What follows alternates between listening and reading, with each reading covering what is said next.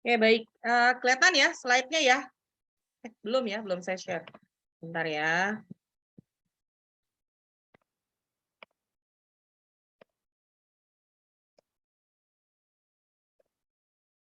Baik, materi kita hari ini adalah tentang activity based costing dan activity based management.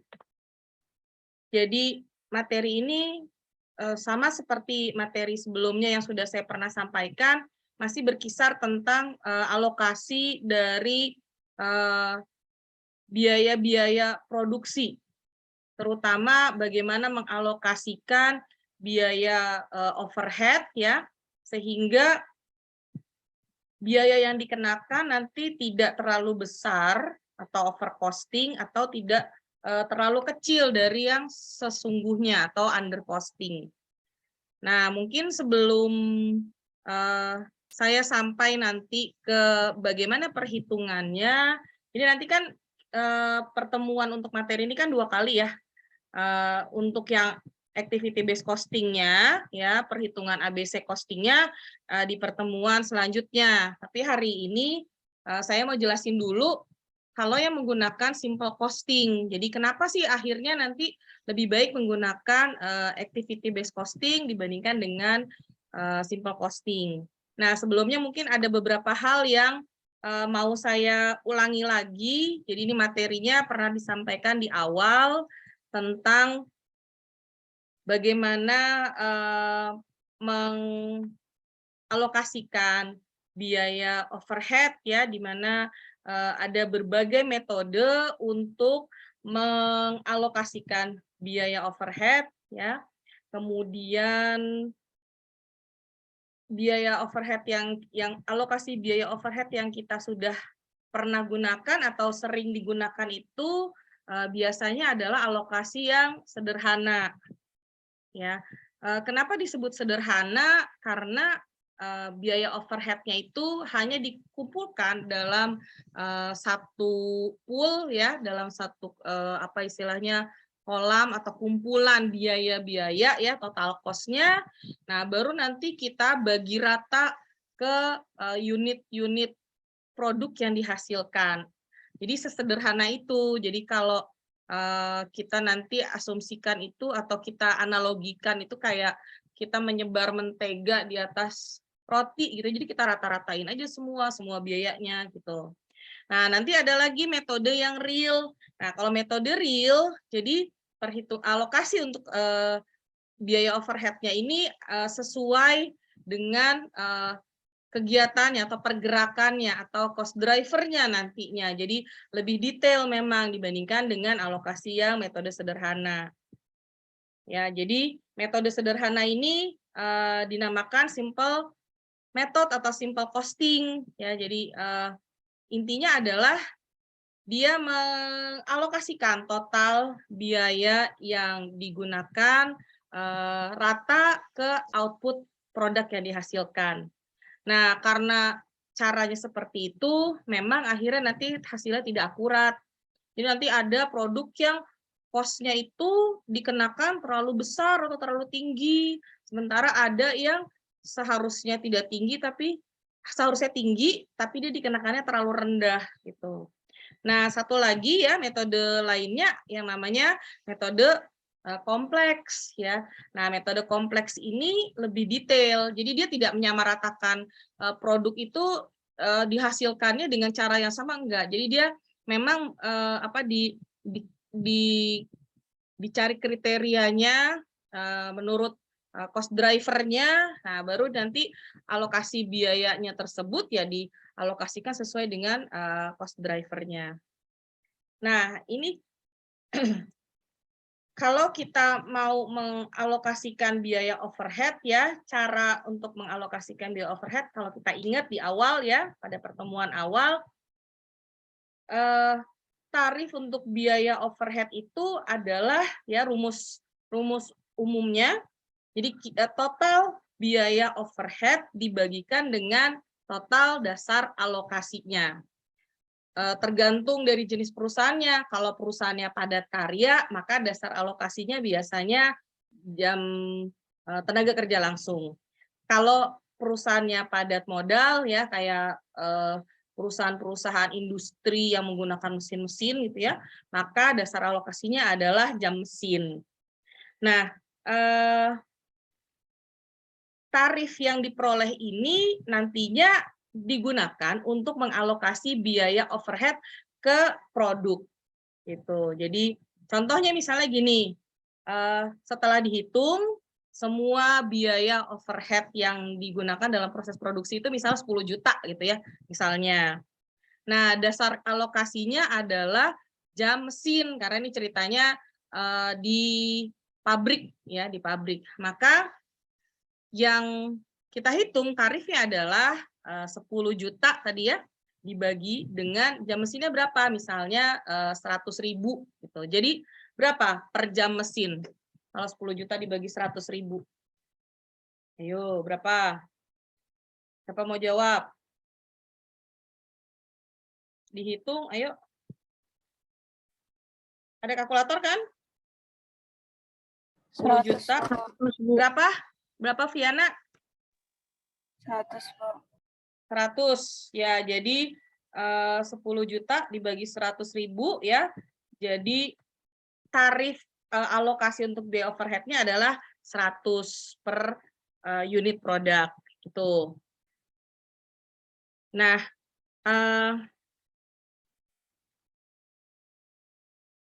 nantinya dari tarif tadi kita kalikan dengan berapa besar aktivitas atau dasar pembebanannya tadi. Jadi si 100 tadi misalnya untuk memproduksi suatu produk gitu ya dibutuhkan berapa jam mesin gitu.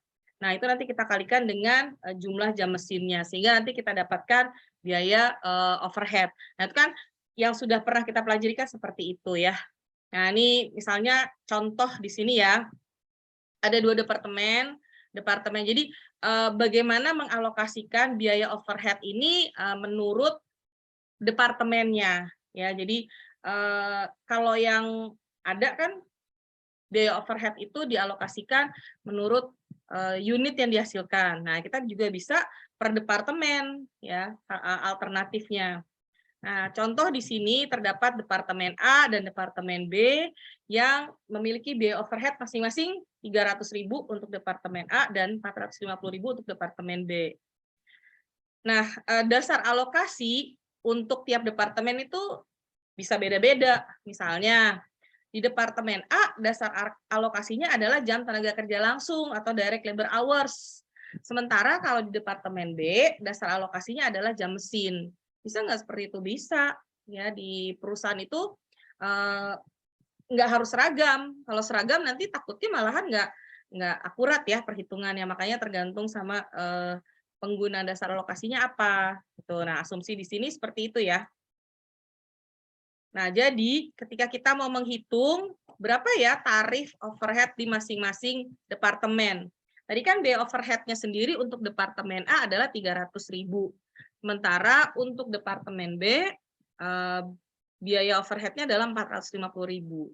Nah, di departemen A, jumlah direct labor hours-nya adalah 8.000.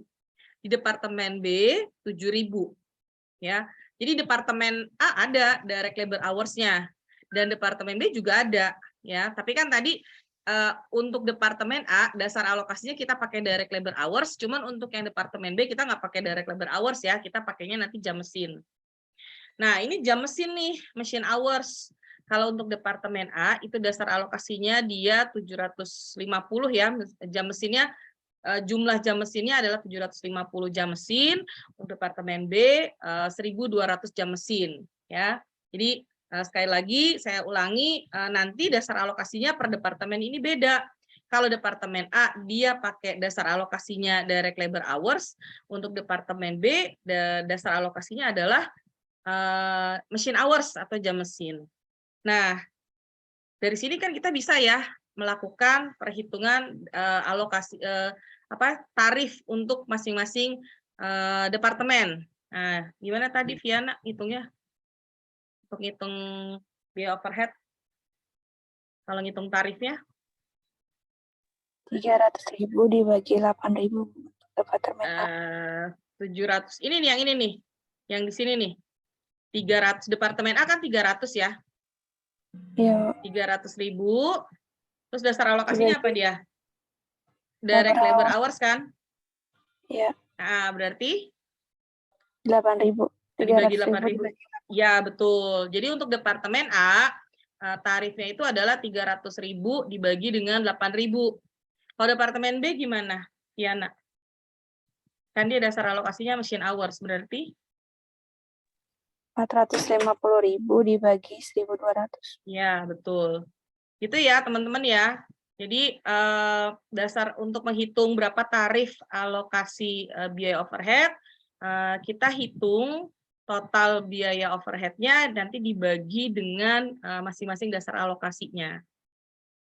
Oke, nah tadi itu ya setelah dihitung sama Viana, untuk departemen A, ya karena dia dasar alokasinya adalah direct labor hours, maka tarifnya adalah untuk biaya overhead-nya 37,5 per direct labor hours.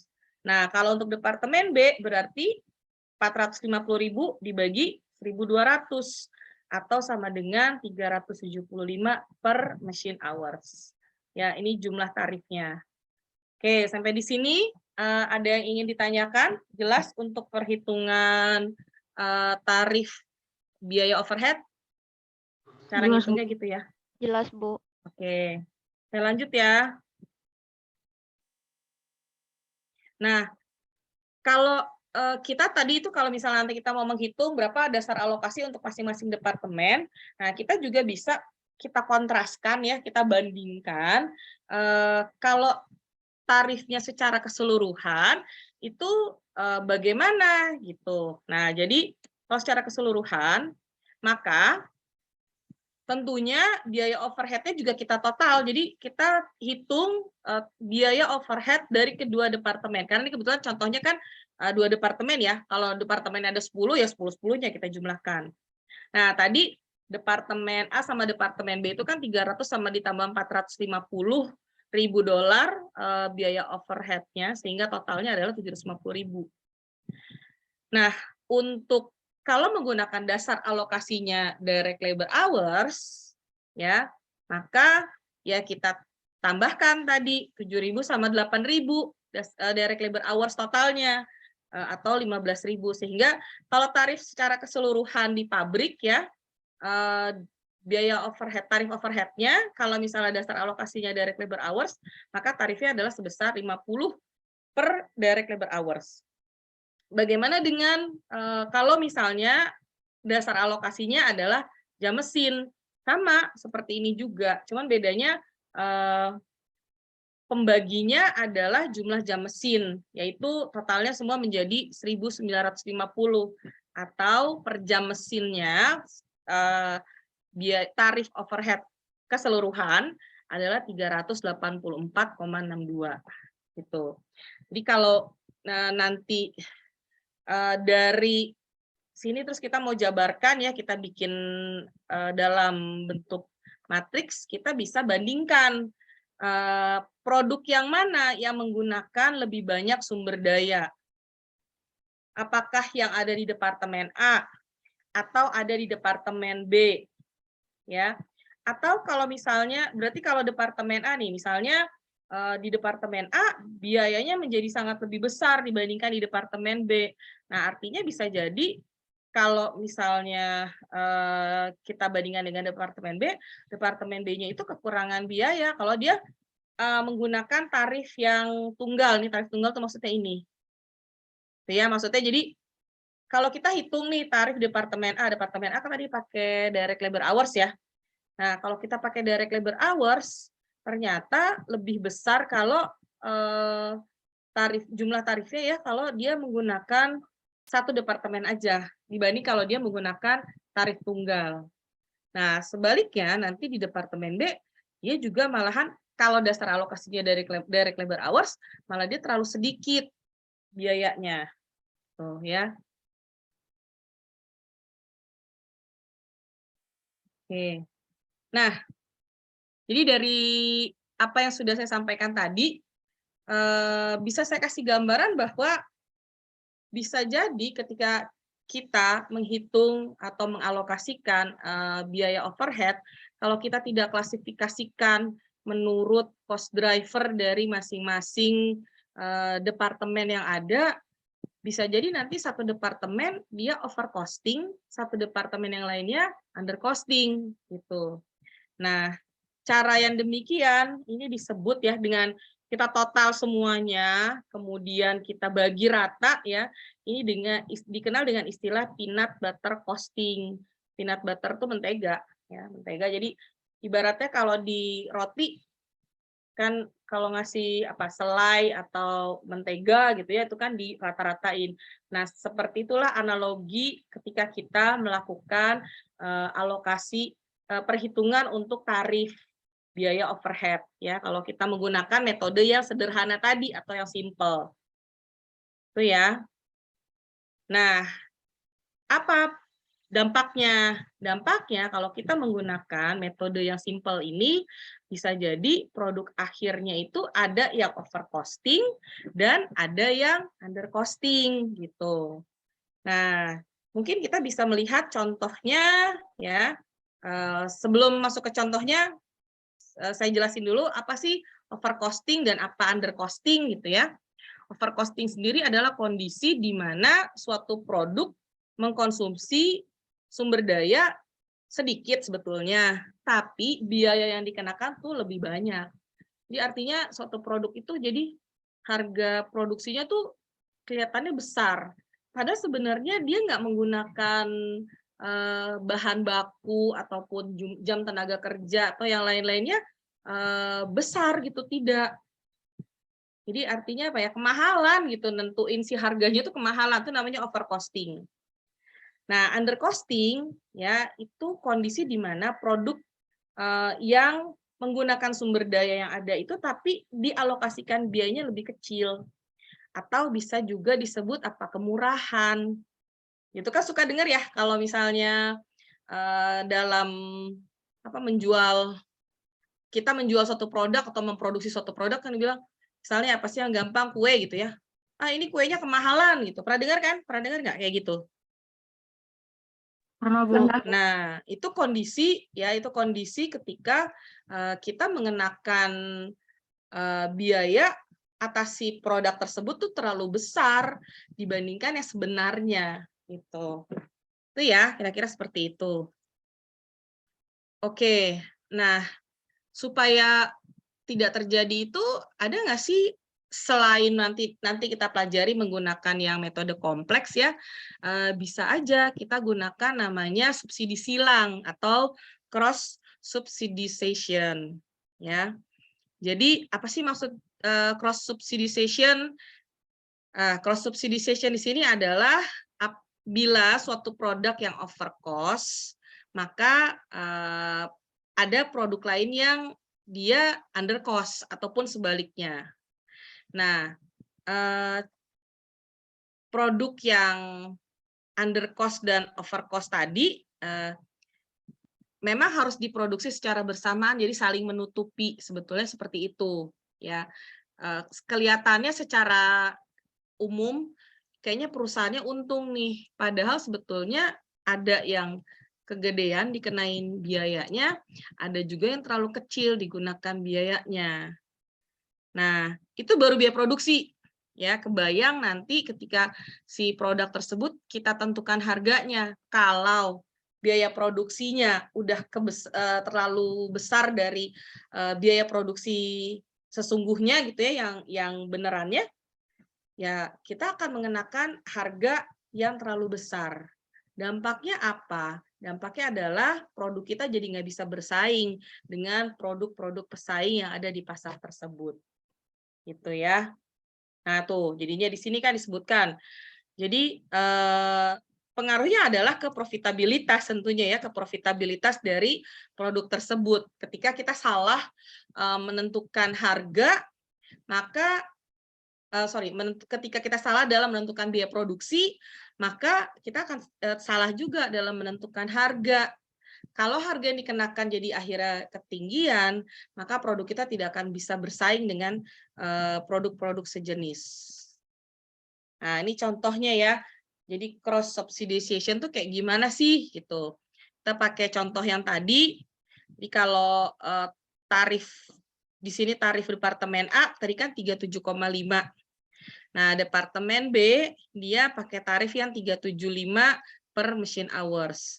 Nah, kalau dia pakai tarif tunggal ya ini bisa kalau mau menggunakan direct labor hours berarti ini tarifnya, tapi kalau kita mau menggunakan machine hours kita pakai yang ini tarifnya.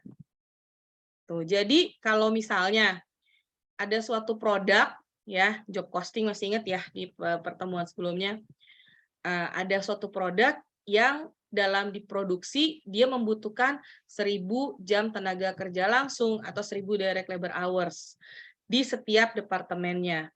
Dan dia menggunakan 40 machine hours atau jam mesin di departemen A dan 75 machine hours di departemen B.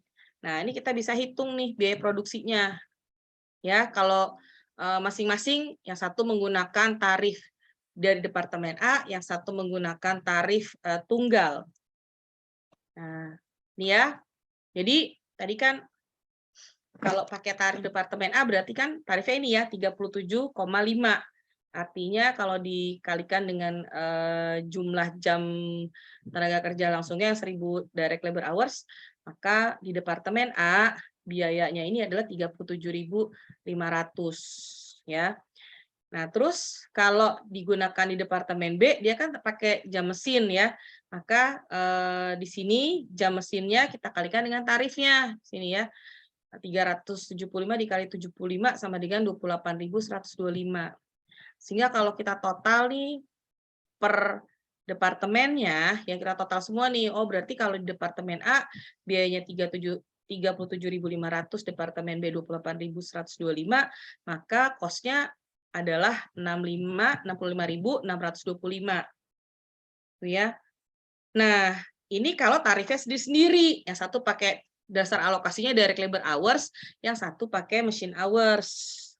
Nah, kalau pakai tarif tunggal gimana? Tarif tunggal kan tadi udah kita cari ya, kalau menggunakan direct labor hours, dia 50.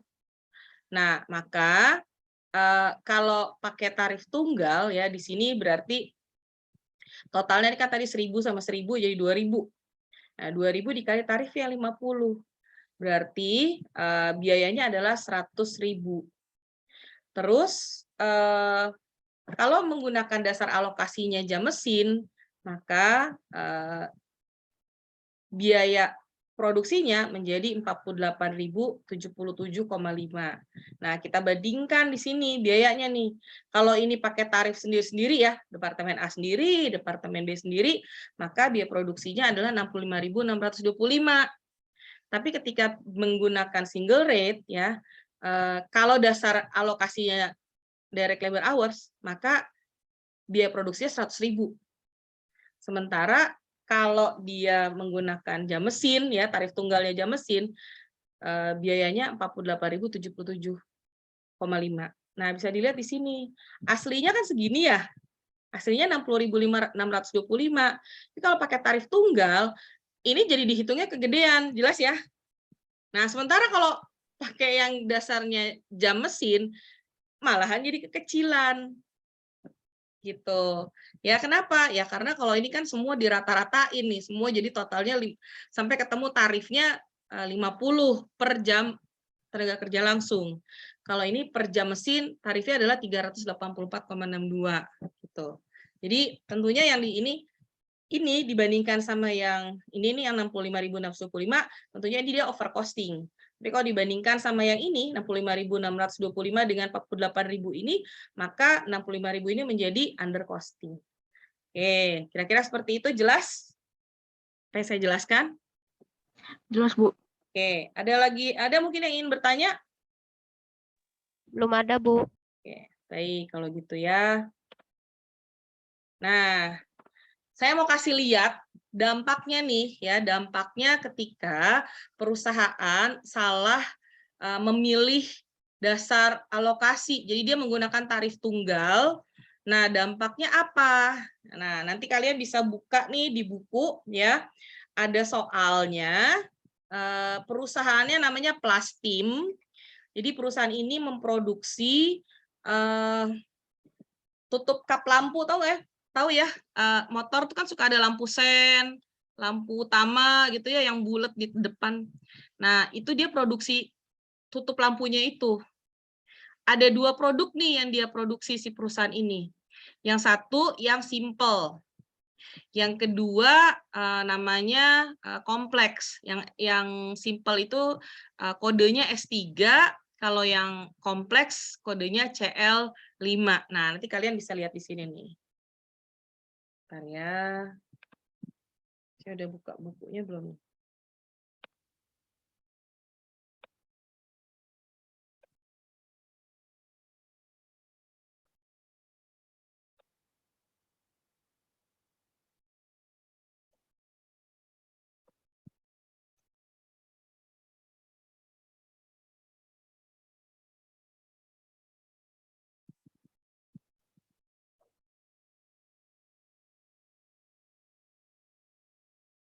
Mana tadi?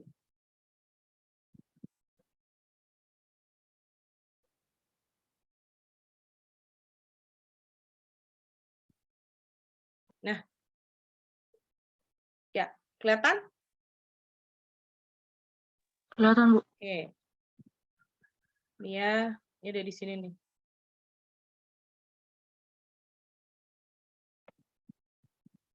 Bentar, ini dia nih ya. Ini ada soalnya di sini. Kan bukunya udah pernah saya bagi ya.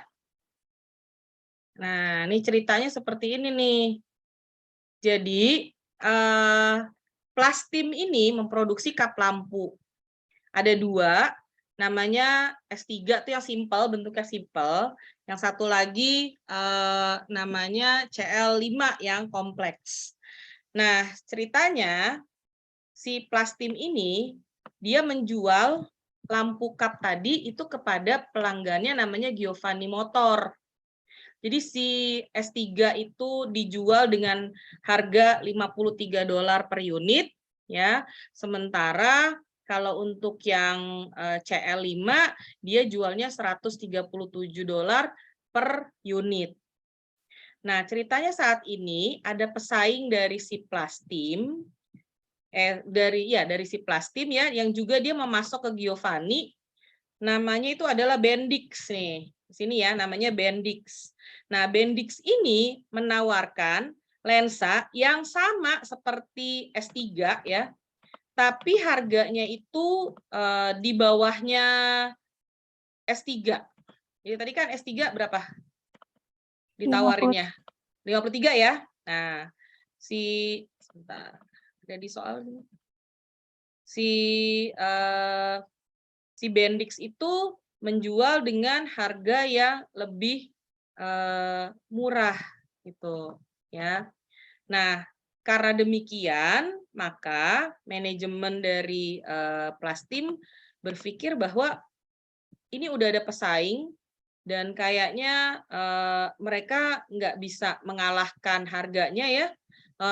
Terus sementara pesaingnya tuh ngasih harga rendah banget gitu. Nah, manajemennya pada saat ini mau membuktikan kira-kira benar nggak ya perhitungan harganya. Jadi dia mau identifikasi dulu itu dapat 53 untuk S3 itu dari mana dan 130 berapa tadi untuk CL5? 137 ya? $137 per unit untuk CL5 itu dari mana ngitungnya?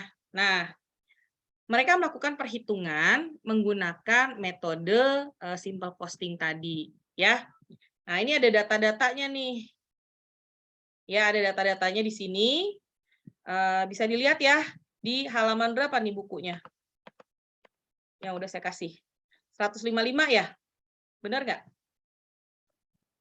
Halo? Ya, Bu. Ya, oke.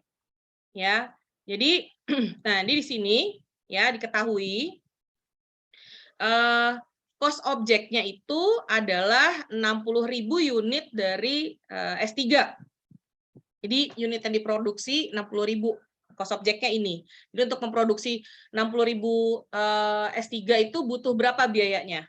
dan 15.000 C5 ya, lensa yang kompleks tadi. Nah, pertama sambil dibuka aja deh bukunya deh ya. Bentar. Saya mau share ininya. Ini ya. Kelihatan ya semuanya ya? Kelihatan, Bu. Oke. Kelihatan, Bu. Ya. Oke. Nah, tadi kita mau hitung ya, cost objeknya untuk S3 berapa tadi? 60.000 unit. Itu ya. C5-nya berapa? C5-nya berapa tadi saya bilang? 15.000 unit, betul. Nah, dari data berikutnya kita identifikasi direct material cost-nya atau bahan baku langsungnya. Ya. Nah, ini lihat di buku. Untuk direct material cost-nya itu biayanya adalah sebesar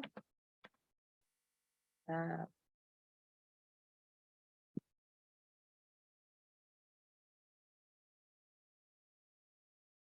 direct materialnya itu 1.125.000 ya. Ini 1.125.000. Tuh. Sementara untuk yang C5 itu biayanya adalah sebesar 675. Tuh ya. Nah, ini saya tambahin kolom dulu di sini. Ini juga ini saya gedein.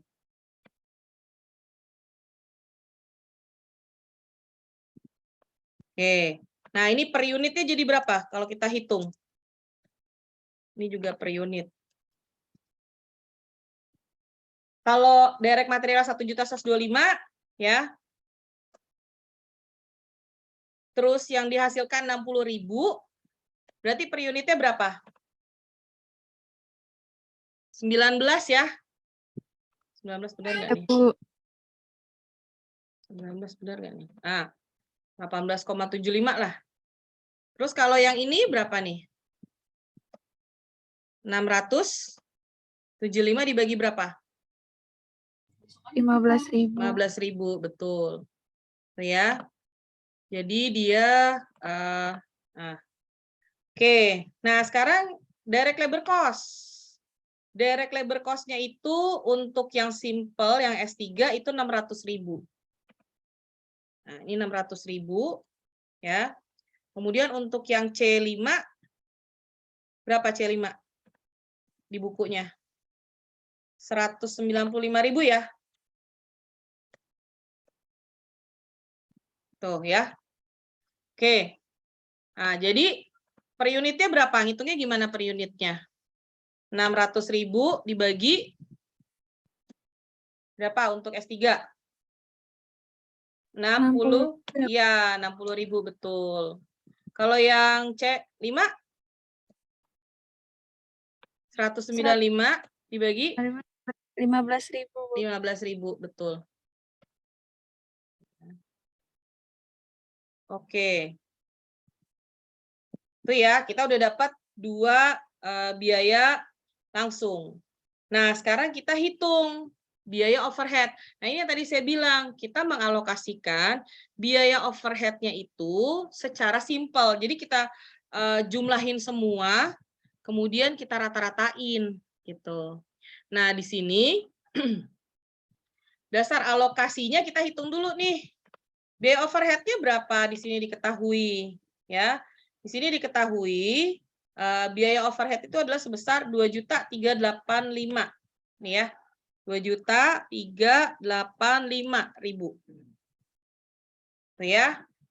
Terus dasar alokasinya, nah ini dia. Karena dia dipukul rata semua, ditotalin ya. Nah, kita pakai dasar alokasinya totalnya adalah dari jam tenaga kerja langsung sebesar 39.750. Nih. 39.750. Ini ya. Jelas? Jelas, Bu. Nah, ini dari soal nih, ini dari soal, ini dari soal. Nah, terus tarif overhead-nya gimana jadi ngitungnya? Apa dibagi apa? Ica. Apa, Cak? Total? Total Betul. cost Total overhead dibagi. cost dibagi apa, Cak? Itu, Bu, dasar Alokasi yang ini ya. Iya. Iya. Direct labor 60. hours-nya. 60, betul. Nah, tarif inilah yang kita kalikan dengan aktivitasnya. Jadi, untuk memproduksi S3 60.000 unit ini dibutuhkan 30.000 jam tenaga kerja langsung dan 9.750 jam tenaga kerja langsung. Makanya ini kan 39 ya, yang 30.000-nya itu untuk S3, yang 9.750-nya itu untuk C5. Itu. Ini kita kali nih. Apa tadi? 30.000 dikali 60. 60, benar. Tuh ya. Nah, terus dibagi per unit ya. Berapa? Bagi berapa? Bagi 60 ya. 10.000. Ya, 60. Nah, tuh. Itu ya. Oh, Kalau itu yang ya, Oh, bukan dikali itu ya, Bu. 9.750. ini, yang ini. Iya. Ini Bukan kan ya? Oh, itu buat 30.000. C5 ya? Betul. Oh, iya. Ini S3 ya. Iya, benar, Ica. Oke, yang lain jelas? Selain Ica sama Viana, yang lain jelas? Jelas, Bu. Oke. Jelas, Bu. Ya. Nah, sekarang kalau gitu apa ini? Berarti 60 tadi ya, tarifnya, tarif overhead-nya, kita kali sama apa? Jam 9.750. 9.750? Betul, 9.750. Ya. Nah, ini sama dengan, kita hitung per unit ya, dibagi ini, 15.000. Nah, sama dengan 39. Oke. Nah, jadi sekarang kita bisa jumlahin nih, kita totalin. Ya, kita total. Nah, totalnya. Totalnya kok hilang?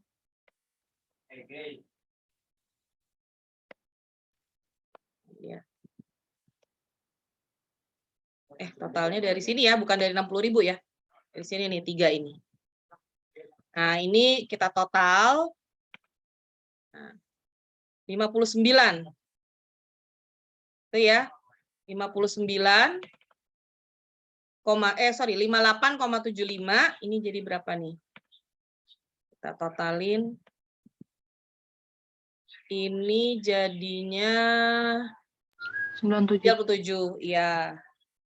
Nah, tadi S3 dijual berapa? Harga yang ditawarkan sama si Plastin berapa? Untuk S3? 53. 53. Ini harga ya? Bukan kos ya. Ini kos. Ini biaya produksi. Belum harga jual. Ini harga jual. Ngerti ya maksudnya ya? Nah, kalau yang C5 ditawarinnya berapa? Berapa C5? Halo? Berapa C5? Ayo tadi 130? 7. Ya, 137 ya. 137. Nah, sementara pesaingnya si Bendix, tunggu saya cari di buku dulu, dia itu menawarkan harga, mungkin bisa bantu. The team is very...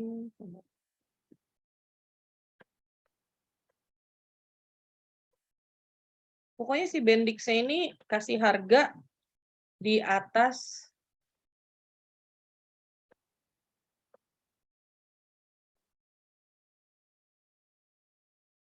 the budgeted cost-nya. Nah, we will above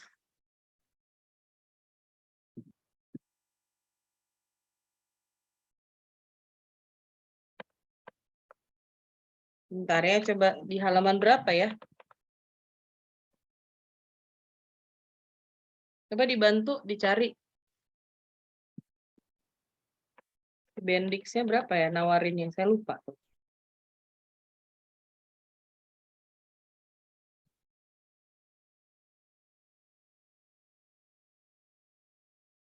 Lima tiga terus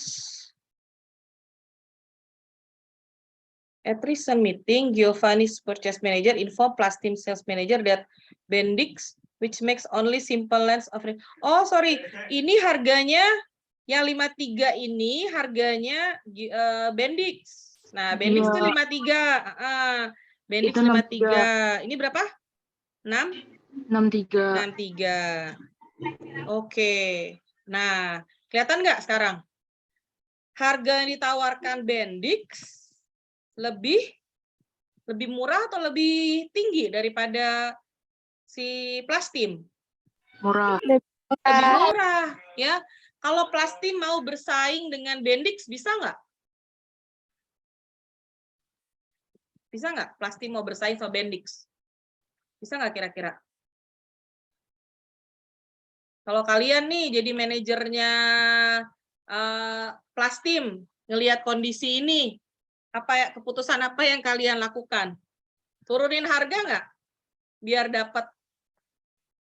dapat apa namanya?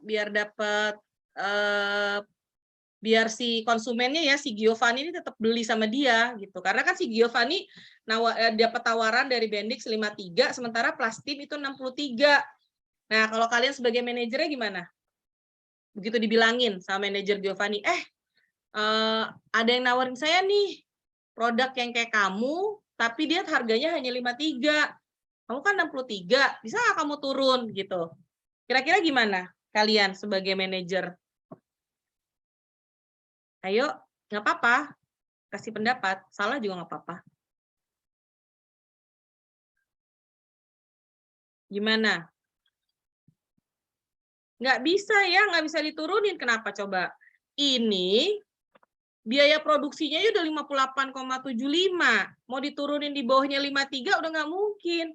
Biaya produksinya udah di atas si Bendix. Itu ya, jelas ya. Nah, kalau ini kalau mau diturunin masih mungkin. Kenapa? Biaya produksi 97, dia jual dengan harga 137. Tapi kan dia nggak punya pesaing. Jelas? Jelas, Bu. Nah, akhirnya si manajernya ini, ya udahlah, saya mau nyerah aja, kata si manajer penjualannya. Udah, saya mau nyerah aja. Ini kita tutup aja nih. S3 ini kita tutup, kita konsentrasi jual C5. Gitu. Nah, tapi manajer keuangannya bilang, jangan dulu, kayaknya ada yang salah dengan perhitungan. Pasti yang satu under costing, yang satu over costing. Itu ya. Nah, untuk perhitungan under costing sama over costingnya, nanti saya akan jelaskan di pertemuan selanjutnya menggunakan metode activity based costing. Baik, sampai di sini ada yang ingin ditanyakan nggak? Sejauh ini bisa dipahami nggak apa yang saya sampaikan? Bisa, Bu. Oke. Kalau bisa, oke, bentar ya. Saya stop share dulu ya.